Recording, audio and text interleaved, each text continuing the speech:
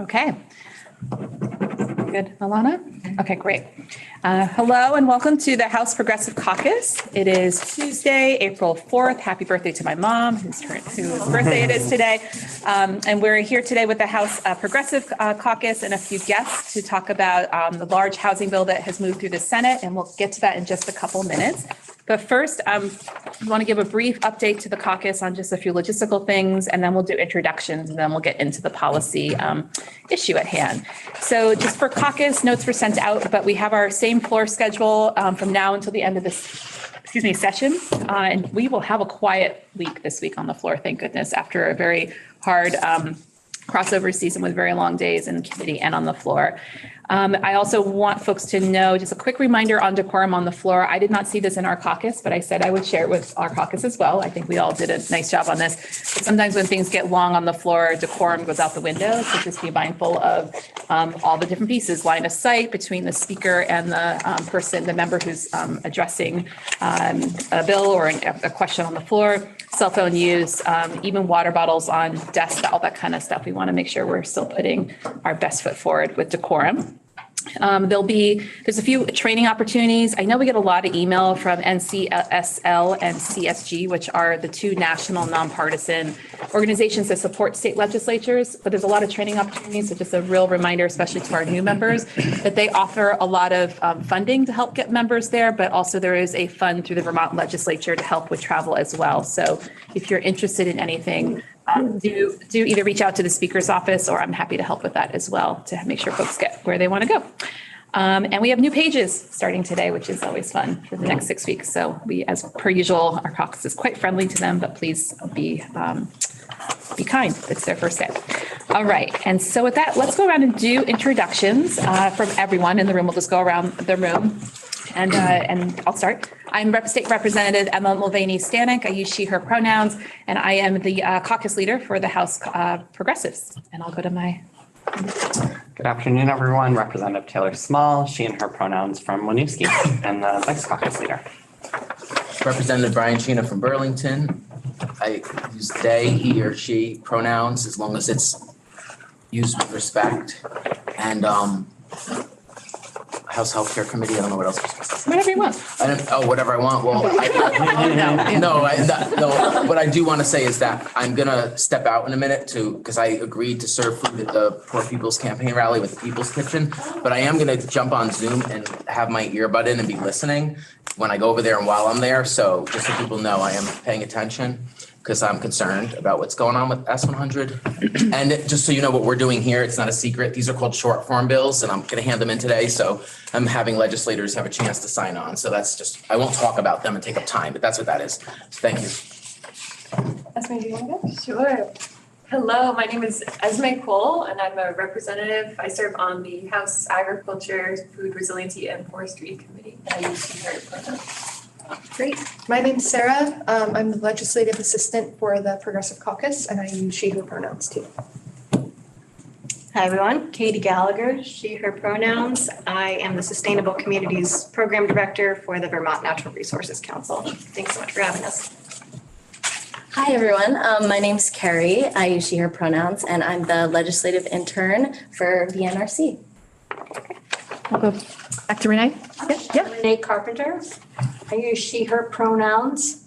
Excuse me, I came by because I got my email from the Progressives, and I had a nice conversation one day when I was working at home last week with Sarah. And I thought I would come out and see what was going on. I have a lot of concerns about S100. I have a long history of advocacy for Act 250 to strengthen it, not to exempt large-scale development from it.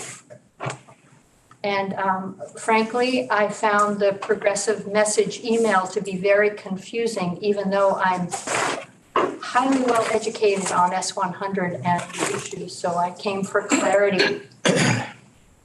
Great. And thanks for that feedback. Yeah.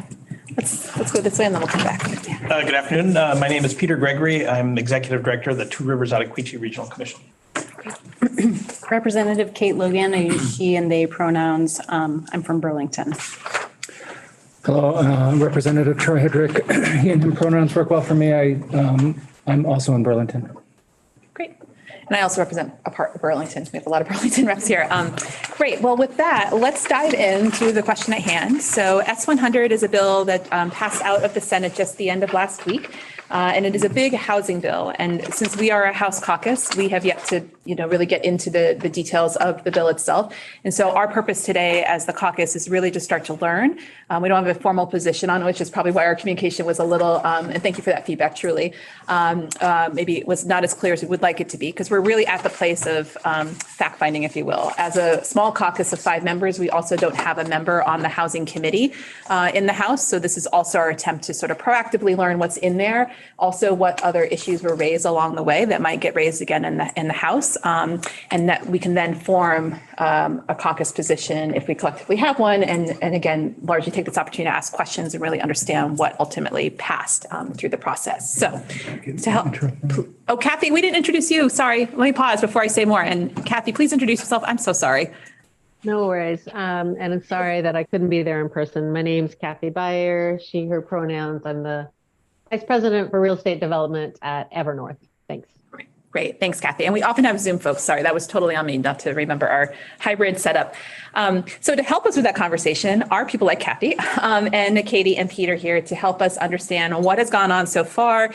Also outside of the bubble for which we legislate in, helping us know the why and some of the other factors to consider in our larger housing conversation in the state to really address the needs of Vermonters as we grapple with really yet another crisis at hand. So I think what we'll do is maybe start with Peter and then do Kathy and then get into the environmental side of it. Not to say that you two can't touch on environmental issues as well, but that seems like a pretty decent flow, if that works. Yeah. Okay. So Peter, and feel free to also tell us a little bit about your organization too, if that's helpful. Thank you. I will. I'll take a loose timer and I'll just kind of give you a nod when you're about 4 minutes. Okay, good. I'm Peter Gregory, and I work at the Two Rivers Ottaquechee Regional Commission. We serve 30 towns in East Central Vermont, Windsor, Northern Windsor and Orange counties. We're one of 11 regional planning commissions in the state. We are governmental entities, not nonprofits or for-profits. And we work with communities on a daily basis on the whole host of issues that they face. Energy and transportation and housing and all of those issues, as you all know, are so intertwined and linked together that you can't really look at one without understanding the impacts to the other. So Two Rivers has been very active in helping our communities update zoning and planning to encourage housing development in the Upper Valley. It's a crisis as well as it is in other parts of the state. We also have a long history of being very active in Act 250. We have a regional plan that's very prescriptive in what the region wants. So it's been effective in Act 250 in stopping inappropriate development, especially commercial development, principal retail. And as some of you may know, things have gone to the Supreme Court. We're very proud that our regional plan and sound planning was held up as something that's important in the state. So getting to S100, I personally have not been actively involved in the details. Other regional planning commissions have. And, as a general sense, Two Rivers and the regional planning commissions support S100. In a bill of that size or that magnitude, there's always something in there to hate. So it's very easy to pick apart and to be shrill about how inappropriate the bill is or how the shortcomings of the bill. We've seen a lot of that in the last couple of weeks. But by and large, I think it addresses some of these zoning changes that towns respectfully should have been dealing with for many, many years. And we certainly have been trying to deal with these. So for those that are very strongly wed to local control, it's a problem. But I say you've had your chance, and I think these are kind of overriding state interests to encourage housing development in the right places. And my regional plan and our board of directors is really strong on orderly development and development that, respects the use of energy, the health impacts of having housing, safe and affordable housing, close to employment services, all the things that other speakers will probably talk about. But that's kind of our role, is to ensure that we encourage those kinds of developments, but in the right place. Does this bill solve everything? Of course not. I mean, it doesn't address the cost of labor or the availability of labor, materials, the delay in getting materials, price of land, financing issues, and short-term rentals, the things that are really problematic in many of our communities, just cutting down on the existing stock in a tremendous and detrimental way. It's not perfect, but it is a step, I think, in the right direction. I think to do nothing is short-sighted. So I suspect there will be a bill. It'll be tweaked. We as regional planning commissions will also come forward with some additional things that we think the House Environment and Energy Committee should consider, including a few Act 250 changes, but additionally, even some changes related to how zoning is adopted. As you know, it's adopted by Australian ballot. I think that's an archaic way to deal with zoning. And I think if this bill doesn't deal with that issue, I think it's going to be very, very hard to see progress in zoning changes that this bill envisions. Towns are going to vote it down. People are. Residents, as you know, if you don't know, you vote no. And zoning is complicated, and it's usually not well attended during its development stage until the final bit, and then it goes to heck. So I think I will leave it with that. I don't know if you go from there. Perfectly timed. Okay. Thank you, Peter. You're welcome. Appreciate that. And again, if people want to just hold their questions until we get through the three folks, and then we can certainly come back on, especially if there's like technical stuff on zoning, et cetera. Okay. So Kathy, let's go to you. And again, just feel free to introduce, Evernorth and in a little bit of context, and then tell us what you think about S100 that you think we should be paying attention to. Sure. Thanks so much. So Evernorth, some of you may know our company used to be called Housing Vermont. We actually merged with a sister nonprofit based in Portland, Maine 2 years ago, and we now work in Maine, New Hampshire, and Vermont. But my work as a nonprofit real estate developer is completely focused in Vermont, and we have almost 35 years of history. We have constructed or renovated over 7,000 units of affordable housing across the state. We have a deep commitment to affordable housing in Vermont. There's been a lot of focus on Act 250 in the last couple of weeks, but I actually think the most critical part of S100 are the recommended changes to increase zoning density, and particularly the provisions that would allow duplex buildings, or in some cases quadplex buildings, by right, just as we do for single family homes. And the reason this is so important is that land in our communities, particularly land that is connected to water and sewer, is a finite resource. And just as we talk about conservation land or farmland as a resource to the community, the land that where it's appropriate to build, where we have invested in town water and sewer, is where we should be trying to build our housing. And I'm sure many of you have read The Color of Law, but the fact that we have the prevalent single family zoning across the state has meant that we have squandered our land to benefit single family zoning to the exclusion of Vermonters who might be very happy to live in a duplex or a quadplex. So I actually think that is the most important part of the bill. And there's going to be pushback on that. There's already been pushback on that. But from an equity perspective, it's one of the boldest steps we can take. And you've seen recently Maine passed similar legislation. Colorado is close to passing it. It's happening around the country for this very reason that not only do we need more housing, but we need to do it in an equitable fashion. So that is my biggest pitch on S100. There's also a couple of other items that reflect or touch local zoning. One is a parking requirement, like basically reducing parking requirements often have the end result of you can't build as much housing, right? If you need 2 spaces per unit, it's harder. You have to accommodate all that parking, and then you end up being able to build less housing, particularly in our tight downtown sites or infill sites. So that's one important provision. And then there's another one. I don't know if you want to talk a lot about it today, but the bill does talk about energy codes and ask that towns can adopt up to the stretch code, but that they don't go beyond that. And the reason that language is there is that, again, for equity reasons, we want the state's energy code includes an analysis of the impact, the economic impact of our energy codes. So by asking towns to follow the state's stretch code, we are also making sure that an equity analysis has been done around that stretch code. And that's maybe a rabbit hole I should not have gone down with you, but if you want to talk about it later, I'm happy to talk more about it.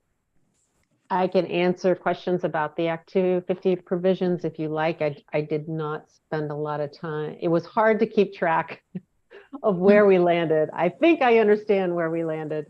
I'm happy to talk about that during questions. Great. Thanks, Kathy. And I suspect our next guest might talk a little bit about Act 250, not to put words in your mouth at all, Katie, but thank you very much. And we'll come back to that, and including how you define stretch code. That's a new term for me. So in the land of commerce and economic development for which I serve, I've not heard of stretch code actually yet. So, but let's go to our last speaker first. Katie from VNRC, the Sustainable Communities Program Director. Thank you. So yeah, I guess I'll say first, VNRC obviously is a statewide environmental organization. That's primarily the perspective that we're bringing, but VNRC has a long history of working on sustainable land use and planning using a smart growth approach, which is largely what this bill is based around. And smart growth has many, many benefits socially, economically, in addition to environmental. So I'm going to speak more directly to environmental.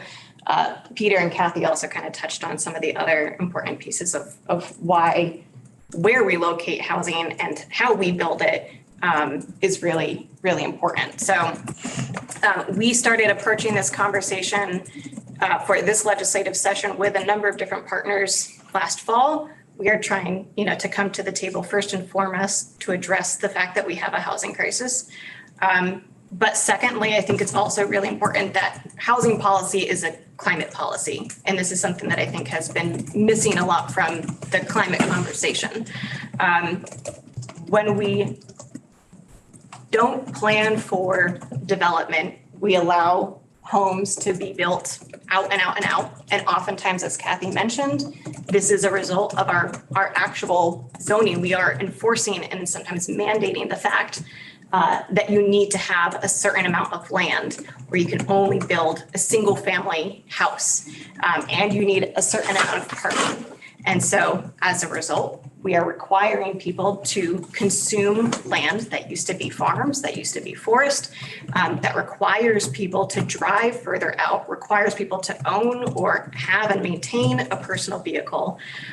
So not only does this have an impact on fragmenting our landscape and our and the economy of our working lands, it also has a large impact on our biodiversity, and it is what is getting us to 40% of our greenhouse gas emissions by requiring people to have to drive, but also that we are making it very difficult, if not impossible, in many of our towns to actually have walkable communities and the type of density that's needed for transportation options if you don't allow for density, which is what is needed to have those things. So zoning, as Peter said, not the only solution to addressing housing, but it is something that we have to do. And as Kathy mentioned, is something that's being addressed across the country. So the zoning pieces in S100 are what we are really excited about and supportive of. The three things that I am often pointing out, as Kathy mentioned before, the parking mandates. So again, this is both an issue in relation to cost for developers, but also is excessive impervious surfaces in our downtowns and taking up the most valuable land that we have in our downtowns. The other things that S100 does that are really important for reducing the environmental impact of sprawl is allowing more diverse housing types. So in particular, this is looking at more small scale housing, so it's 2 to 4 units depending on where it is. But this is really helpful in thinking about enabling especially small scale developers or even individuals to build, turn their house into a duplex or to add on an ADU and an apartment above their garage and have 3 units, things like that, that are helping us to get more towards incremental development and not just relying on larger development projects. And this is what is historically common throughout our communities is folks were able to just kind of build units here and there, but we've actually outlawed that in a lot of our communities. And then the third really important component is lot sizes. So allowing smaller lot sizes in areas that are planned for growth means less land consumption. And again, the ability to actually have walkable community centers. And just to note I think really important data point here, which is that Vermont has the largest median lot size in the country for new single family homes. So we have a long way to go, I guess I would say. And I'm sorry I didn't get to all the Act 250 pieces, but I will say briefly on that, but happy to answer more questions, that there are 2 studies that are coming out next year that we are looking to provide greater input and a stakeholder process to have a greater understanding for how we should reform first our state designation programs, which are the programs that create designated village centers, downtowns, have often in recent years been used as a proxy for statewide land use planning and not a really great way. And the other study is updating Act 250, both from an administration and governance point of view, but also looking at how we transition to a location-based jurisdiction, which is really important and I can get more into. But S100 makes some, at this point, more narrow changes to both of those programs, which we would prefer to see pushed into a more comprehensive approach, but feel comfortable with. What we are not comfortable with are broader sweeping changes that would affect the entire state without having that nuance and understanding of the impacts in different areas. Great, thanks for that, Katie, because I think Act 250 is something that the caucus in general would benefit from just understanding a little bit more about those elements. So maybe I'll just kick it off with the discussion part. If you can talk to a little bit about what are those small incremental pieces in S100 that relate to Act 250, so just have an understanding of what did make it in. Yeah, so I should have written this out. Oh, so one piece that's important is, again, it's integrated with the state designation program. There is a benefit for certain designations, which is essentially all of the designations except for village centers, which are very small designated areas that were generally for kind of commercial incentives. If you are within those designated areas, you can benefit from what's known as a priority housing project, which Kathy can talk more about, but it allows for developments that are mixed use or fully residential with at least 20% affordable units to be exempt from Act 250. There's been caps on the number of units that those projects can have in order to be exempt by the population size of those towns. And that was in order to prevent, for example, a 200 unit building going up in a really small town that didn't otherwise have the review capacity to address it, and it was no longer going through Act 250. This bill is getting rid of those caps for 3 years. So for all of these Act 250 related provisions, there is a 3-year sunset. The intention from the committees was that this would be revisited in 3 years when we have the data from, I think, we'd like to revisit it sooner than that, but that the intention is not that these changes totally go away, but that we come back with more information, have a little bit greater sense of the impact of these changes, and then we can move on from there. Another change that the bill makes is it allows for a new kind of designation called an enhanced village center.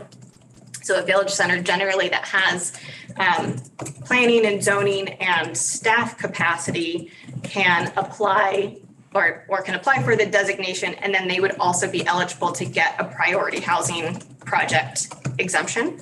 And another major component is you might have heard this referred to in the Senate conversation, the 2555 or 1055 provision, which is essentially that right now, one of the triggers for Act 250 related to housing units is any 10 units that are built within 5 years, within a 5 year, or within 5 years, within a 5 mile radius would trigger Act 250. This can be a challenge, especially for small scale developers who are, building 2 units here, 5 units there, and coming up against this trigger.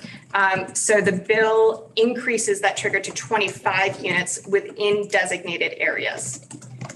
I would say those are, I'm probably forgetting a couple. And just to follow up, the amendment that Senator Chittenden tried to do would have applied to everywhere, that 2555. And so just for the folks watching at home who watch the Progressive Caucus, all millions of viewers that we have, because I think that, some parts get lost along the way about what actually stayed in or not. Okay, that is helpful for me at least to get a baseline. Does anyone have a follow-up question before I just see if Kathy or Peter want to add anything to the Act 250 piece of it before we? Yep, I'm just starting to dig into this. Environment and Energy is my committee. So I'm sure I'll know everything about S100 in a couple of weeks once we get past S5. Of course, people are already starting to talk to me, and I haven't done the research myself yet. But one concern that I've heard so far about S100 is that, well, I have my own concerns, but one concern that I've heard is that S100 would allow climate policy that's been passed at the municipal level to be preempted by S100. So, for example, the cities of Burlington and South Burlington have passed ordinances or charter or ballot measures that have requirements for energy standards for any new construction within the municipality, and that somehow the way that S100 is structured would preempt municipalities from having progressive energy standards like this at the local level. So this is what Kathy was referring to before about the energy code, so I might punt it. Stretch stuff, yeah. Yeah, Kathy, go ahead. Yeah, Katie, correct me if I'm wrong. There is specific language in the bill that says that towns that have, where their charters have been changed, like the city of Burlington, that this legislation would not change that. And That's correct. you got that right? Yeah. Yep. So, Great. I'm sure that's being said out there, but the language is very, very specific on that issue. Okay, that is really good to know. Piggyback on that just for a second. Would that also happen apply to towns that change their charters going forward, or just for those that have changed them up to now? Good question. I don't know the answer to that one. Okay. I believe, at least in the way that it had been discussed before, was that any charter that had been changed, so moving forward, it would restrict. Okay. There was a lot of complications within that in terms of there was a question about would towns even be able to change their charters absent this conversation. So yeah, there's a lot there. And again, I just want to flag that this is our first dipping into this topic, and so we'll probably have more questions, and we'll have answers or time, frankly, today too. So, Kate, did you have anything else you wanted to? No, that was the burning question. I mean, I think my overall question in terms of just administrative efficiency with S250 or with Act 250 in general is, I've worked in state government. I manage federal grants for my my other job. And one of the typical scenarios you might imagine is that when we have a set of federal regulations around an issue, if the state's own regulations on the issue are at least or more protective than at the federal level, then that state is often granted the ability to, regulate itself with regular reporting to the federal government. I think that's something I'm hearing a lot about, wanting to, with cities like Burlington, for example, that have the capacity to administer itself, that having two sets of duplicative, essentially, regulations is a barrier to development. And again, like I said, I'm just getting into S100. So I would love to hear what you all think S100 has to say to that. So it does provide for I think there's a different term used in the bill, but essentially an umbrella permit, which would be a municipality could apply for an Act 250 permit. So they go through all the conditions and then and it would be specific to their designated area. So not for the entire town, but this area planned for growth.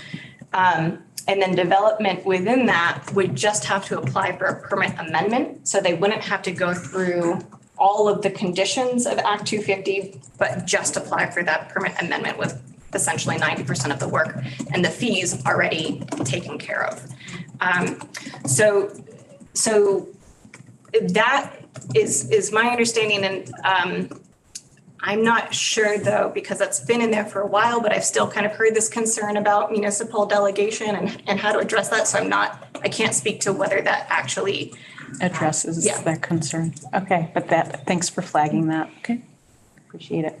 Peter or Kathy, anything on what we've talked about so far with Act 250, or we can go backwards a little bit too. And I just wanted, we have about 5 more minutes or so. Kathy? Yeah, I would just say, I've been around permit reform for over 25 years, and I respect Act 250 as a monumental piece of land use legislation that has positively impacted our built environment and our landscape in Vermont. But I do want to say that the threshold for housing has been 10 units for 50 years. And the threshold for commercial development, and Peter or Katie, I'm going to look at you, is something like 10 acres. I mean, the disparity between what you need to get an Act 250 permit for housing versus commercial is a very, very large gap. And so I do think, I didn't think it was appropriate in the kind of the Senate, the sausage making that was happening in the Senate, but I do think it's reasonable to ask, is 10 units the appropriate threshold in Act 250, 50 years later, and particularly in these areas where the towns have very robust planning and local zoning. So kind of just as a general statement, I think that's a fair statement to talk about, and whether you can get all that talked about in the context of S100 this year, maybe not, but I was glad to see there's an opportunity, a door open, that perhaps we do talk about this into the future. Peter, do you want to add anything? Yeah, residential sprawl, as I view it, and the amendment that failed in the Senate, something that's very difficult to fight at the regional and local level, While I understand what Kathy is suggesting for relaxation in certain areas, designated areas, in other built up areas, the effects of commercial sprawl are more detrimental, I think, to our communities and their viability. especially when the state of Vermont continues to dump millions into tax credits for downtown development in communities that might have zoning that allows sprawl all over the place. So that's another issue for another day, but it's certainly something that's top on my list for next year in the Act 250 discussion.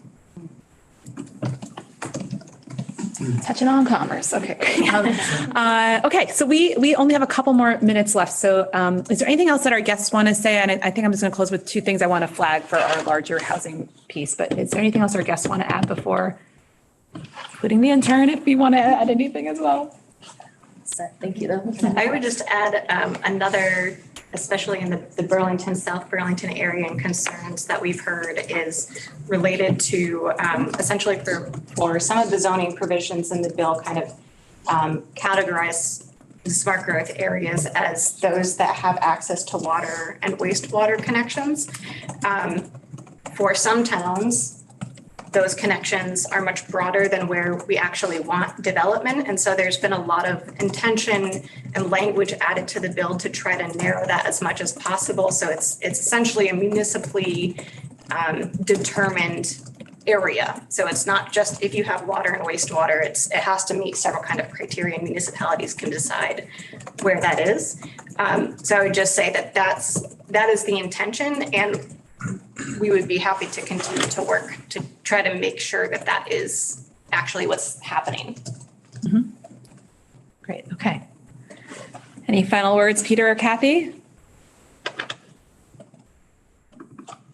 Thank you for the opportunity. I know this is just an opening discussion here, and all three of us are available and have different perspectives and things to bring to the table. So call on us as often, and I suspect you'll see some of us in committees. Great.